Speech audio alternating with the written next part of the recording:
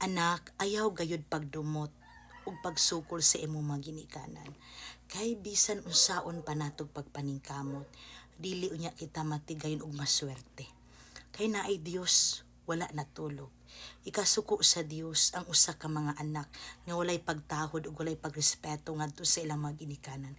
Bisan pa kung nakita ninyo nga inyong mga ginikanan dautan, nakita ninyo nga inyong ginikanan walay tarong nga pagkaginikanan, ayawad agyapon ang respeto sa pagkangalan nga natawo kanining yuta nga naabot ka sa kalibutan gumikan sa imo mga ginikanan bisan kana nalay ipabilin nga dili ka maabot sa kalibutan kun dili agi usab nila. Ug naa na sa Biblia igsuon ang usa ka anak kung gusto siya maswerte sa kinabuhi, ang sikreto mao ang pagtahod ug pagmahal sa ginikanan. Pero kung usa ka anak nga dili maluoy o dili motahod sa ginikanan, patas-an ang ilang kinabuhi. Ikaw ray pili igsuon kung asa imong pilion, ang maswerte ka or ang mamalas ka.